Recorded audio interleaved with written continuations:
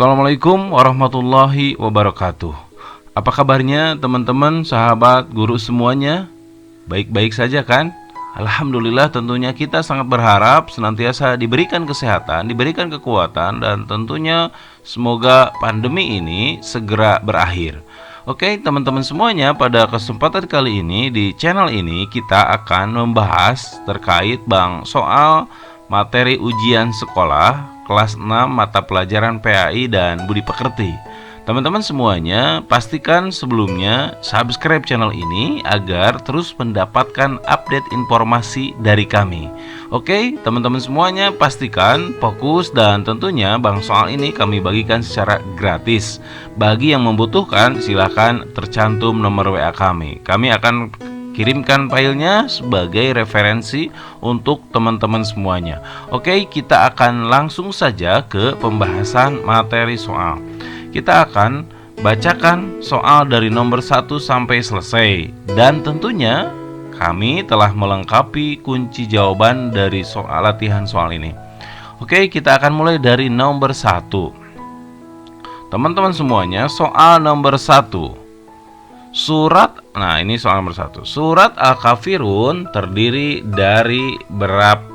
atas titik-titik ayat. Teman-teman semuanya, kita jawab A4, B5 pilihannya, C6, D7. Ayo teman-teman semuanya, ada berapakah jumlah ayat dari surat Al-Kafirun? Ada yang bisa jawab teman-teman?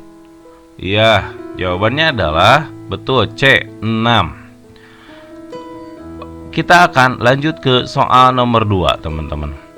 Wala ana abidum ma abadtum. Nah, lanjutan ayat di atas adalah a'budu, B abadtum, C ta'budun, D waliyadin. Tadi sudah saya bacakan abadtum ya. Jadi surat Al-Kafirunnya dihafal. Kita akan lanjut ke soal nomor 3. Dalam surat Al-Kafirun, Allah memerintahkan kita untuk A. menghormati guru, B. menghormati orang tua, C. toleransi antar umat beragama, D. tolong menolong dalam kebaikan.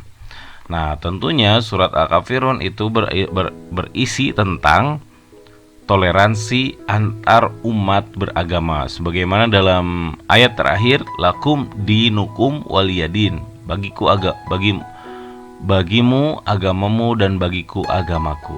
Kita akan lanjut ke soal nomor 4. Allah Subhanahu wa ta'ala memerintahkan kita untuk tolong menolong dalam kebaikan. Hal tersebut dijelaskan dalam Al-Quran surat Al-Ma'idah ayat berapa teman-teman? Dalam Quran surat, ya mohon maaf saya sebutkan Al-Ma'idahnya. Dalam Quran surat A. Al-Ma'idah ayat 1, B. Al-Ma'idah ayat 2, C. Al-Ma'idah ayat 3, dan D. Al-Ma'idah ayat 4. Teman-teman, ayat berapakah yang menjelaskan tentang tolong menolong dalam kebaikan? Iya, betul. Surat Al-Quran surat Al-Ma'idah ayat 2. Kita akan lanjut ke soal nomor 5. Wala ta'awanu 'alal ismi wa titik-titik. Lanjutan dari ayat di atas adalah al-udwan, ma'budu, at-taqwa, al-birra. Nah, wala ta'awanu 'alal ismi wal udwan. Betul, A ya teman-teman. Kita akan lanjut ke soal nomor 6. Meyakini bahwa hari akhir itu akan tiba merupakan salah satu rukun. A. Ihsan, B. Iman, B. Islam, C. Takwa, D. Iman. Kita ulangi. Meyakini bahwa hari akhir itu akan tiba merupakan salah satu rukun. A. Ihsan, B. Islam, C. Takwa, D. Iman. Nah, tentunya rukun iman kepada hari akhir atau meyakini kan iman itu, maka jawabannya adalah rukun iman.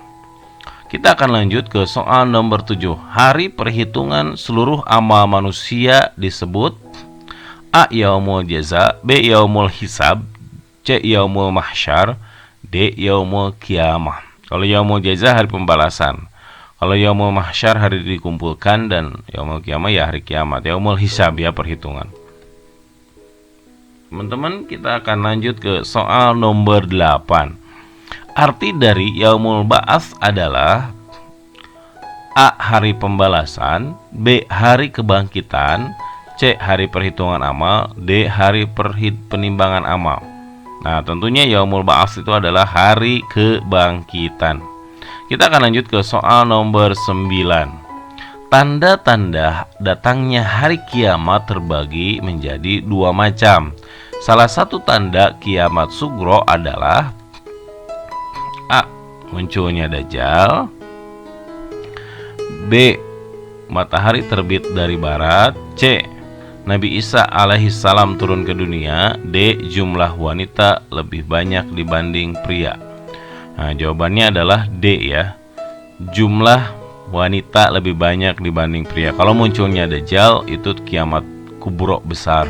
Muncul matahari terbit dari barat besar, dan Nabi Isa turun ke dunia itu juga besar. Maka tanda kiamat sugro adalah jumlah wanita lebih banyak dibandingkan pria. Oke, kita lanjut ke soal nomor 10. Berdasarkan Al-Quran surat Luqman ayat 34, yang mengetahui kapan terjadinya hari kiamat adalah A. Malaikat Allah, B. Rasul Allah, C. Para Nabi Allah, D. Allah Subhanahu wa Ta'ala. Jadi ayat 34 tentunya menjelaskan tentang hari kiamat. Innallaha indahu ilmus sa'ah. Makanya yang mengetahui ya tentunya jelas Allah Subhanahu wa Ta'ala ya. Tidak ada yang mengetahui seorang pun. Jadi kalau ada yang ngaku-ngaku tahu hari kiamat, itu bohong, jangan dipercaya teman-teman. Oke, kita lanjut ke soal nomor 11. Beriman kepada takdir yang baik dan takdir yang buruk hukumnya A. Sunnah, B. Muwajib, C. Makruh, C. Mubah, D. Makruh. Ya, beriman kepada takdir khairihi wa syarrihi, baik yang baik maupun yang buruk adalah hukumnya wajib, karena termasuk rukun iman. Kalau kita tidak meyakini kepada takdir, maka kita tidak sempurna imannya, bisa mengakibatkan kekufuran ya. Kita akan lanjut ke soal nomor 12. Ketentuan Allah sebelum menciptakan makhluknya disebut juga A. Qadha, B. Qadar, C. Qasar, D. Kalamullah. Tentunya adalah qadha, kayak ketentuan Allah sejak zaman ajali. Kita akan lanjut ke soal nomor 13. Lanjut nomor 13 ya. Fokus teman-teman. Takdir Allah ada yang masih mungkin dapat diubah dan ada juga yang tidak. Takdir Allah yang tidak dapat diubah disebut A. Takdir ilahir, B. Takdir mu'alak, C. Takdir mubram, D. Takdir goiru mubram. Mubrom ya, atau boleh mubram, ada yang menyebutnya mubrom juga. Ya karena Arab ya mubrom. Jawabannya adalah tentunya takdir yang tidak dapat diubah adalah takdir mubrom ya. Kita akan lanjut ke soal berikutnya teman-teman semuanya. Nomor 14. Setiap makhluk telah memiliki takdirnya masing-masing. Untuk itu, ketika mendapatkan takdir yang buruk, kita tidak boleh berputus asa dari rahmat Allah.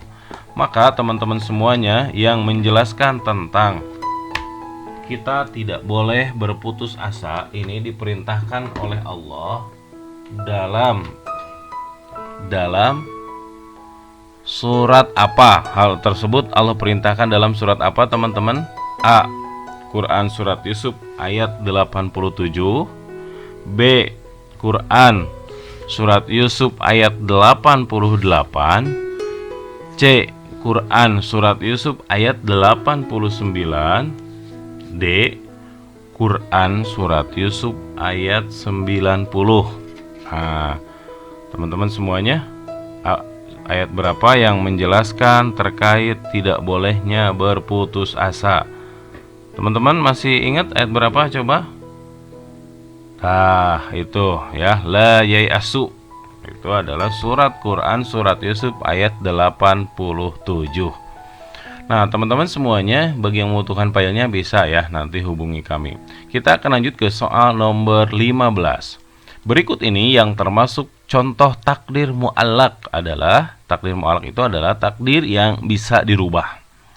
A. Kemiskinan, B. Sistem tata surya, C. Kematian seseorang, D. Jenis kelamin makhluk. Takdir yang bisa dirubah tentunya adalah kemiskinan. Seseorang bisa menjadi kaya ketika dia berikhtiar, dia berusaha. Nah, kalau sistem tata surya sudah jelas tidak bisa, kematian hanya Allah yang tahu, dan tentunya jenis kelamin juga kita tidak bisa merubah. Dalam kandungan kan tidak bisa merubah jenis kelamin di dalam kandungan seseorang. Yang nomor 16, dalam Al-Quran surat Al-Ikhlas ayat 2 disebutkan bahwa Allah memiliki Asmaul Husna. Surat Al-Ikhlas kita akan bacakan. A'udzubillahi minasyaitonirrajim. Qul huwallahu ahad, Allahus somad. Nah, itu ayat 2. Berarti A. As-Somad, B. Al-Muqtadir, C. Al-Muqaddim, D. Al-Baqi. Jawabannya adalah As-Somad, Allahus Somad. Kita akan lanjut ke soal nomor berikutnya. Allah Maha nomor 17 ya teman-teman, nomor 17. Allah Maha menentukan semua yang akan terjadi kepada setiap makhluknya. Untuk itu Allah memiliki Asmaul Husna. A. Al-Baqi, B. As-Somad, C. Al-Muqtadir, D. Al-Muqaddim. Nah, tentunya menentukan berarti nih ada katanya menentukan itu adalah terkait takdir, Al-Muqtadir. Kita akan lanjut ke soal nomor 18. Allah bersifat Al-Baqi yang artinya A. Allah Maha Esa, B. Allah Maha Kekal, C. Allah Maha Kuasa, D. Allah Maha Menentukan. Al-Baqi itu Allah Maha Kekal ya teman-teman. Kita akan lanjut ke soal nomor 19. Allah mendahulukan petunjuknya sebelum peringatannya. Hal tersebut menunjukkan bahwa Allah bersifat. Nah, ini ada kata mendahulukan. A. Al-Muqtadir, B. Ini salah nulis berarti ya. B.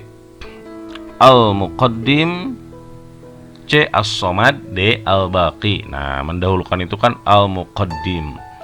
Teman-teman, kita akan lanjut ke soal nomor 20. Salah satu sikap seseorang yang meneladani sifat Al-Muqaddim adalah A. Segera melaksanakan sholat setelah mendengar azan, B. Bersikap ikhlas ketika kehilangan sesuatu, C. Memberikan pertolongan kepada teman, D. Rajin belajar untuk mencapai cita-cita. Nah, tentunya Al-Muqaddim itu mendahulukan, artinya segera melaksanakan sholat setelah mendengar azan. Itu jawabannya A untuk nomor 20.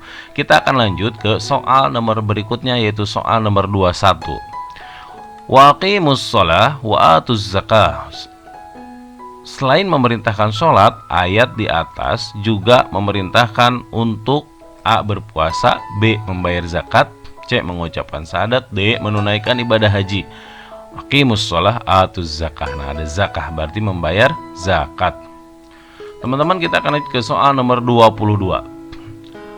Zakat terbagi menjadi dua macam, yaitu A. Zakat fitrah dan zakat mal dan zakat fitrah, B. Zakat mal dan zakat harta, C. Zakat fitrah dan zakat jiwa, D. Zakat hewan ternak dan zakat profesi. Teman-teman, zakat terbagi dua macam, yaitu jawabannya adalah A. Zakat mal dan zakat fitrah. Zakat mal terkait harta, zakat fitrah terkait individu atau jiwa. Kita akan lanjut ke soal nomor 23. Berikut ini yang termasuk syarat wajib zakat fitrah adalah syarat wajib ya. A. Laki-laki, B. Perempuan, C. Beragama Islam, D. Sudah memiliki penghasilan. Teman-teman semuanya ya tentunya beragama Islam. Kalau non-muslim itu tidak wajib.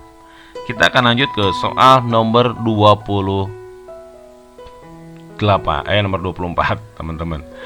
Seorang bayi lahir pada tanggal 28 Ramadan, maka A. Wajib dia membayar zakat fitrah, B. Disunnahkan membayar zakat fitrah, C. Tidak perlu membayar zakat fitrah, D. Dianjurkan untuk membayar zakat fitrah.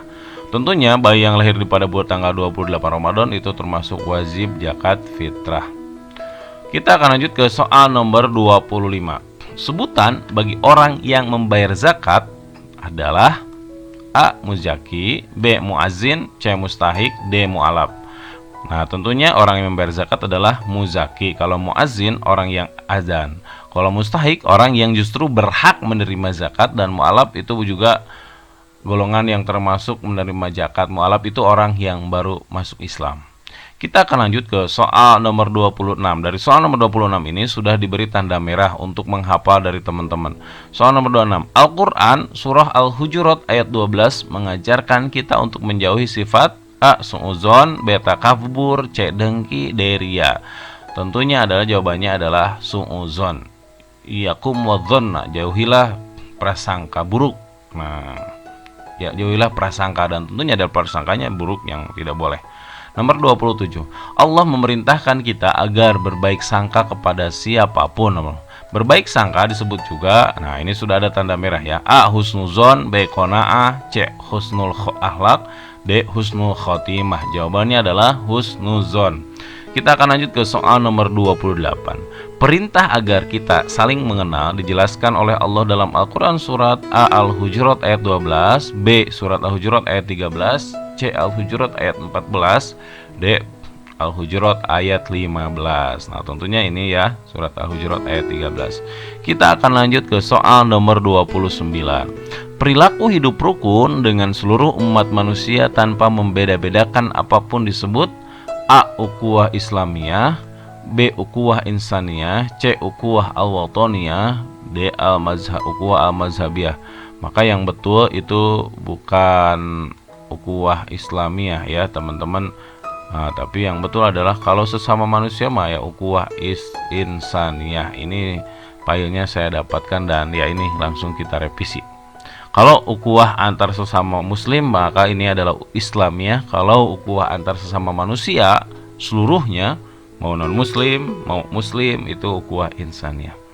Kita akan lanjut ke soal nomor 30.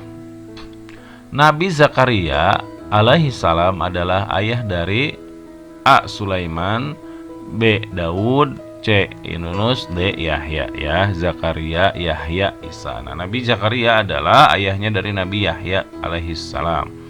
Kita akan lanjut ke soal nomor 31. Nabi yang menentang pernikahan Raja Herodus dan Hiradia adalah A. Nabi Yunus, B. Nabi Zakaria, C. Nabi Yahya, D. Nabi Isa. Jawabannya adalah, coba teman-teman dicek lagi ya. Di sini ada jawabannya Nabi Yahya. Kita akan lanjut ke soal nomor 32. Nabi Isa ibu Nabi Isa alaihi salam adalah seorang wanita yang suci yang sejak kecil tinggal di Baitul Maqdis dan dirawat oleh Nabi Zakaria alaihi salam. Nama ibu Nabi Isa alaihi salam adalah A. Aminah, B. Maryam, C. Aisyah, D. Khadijah.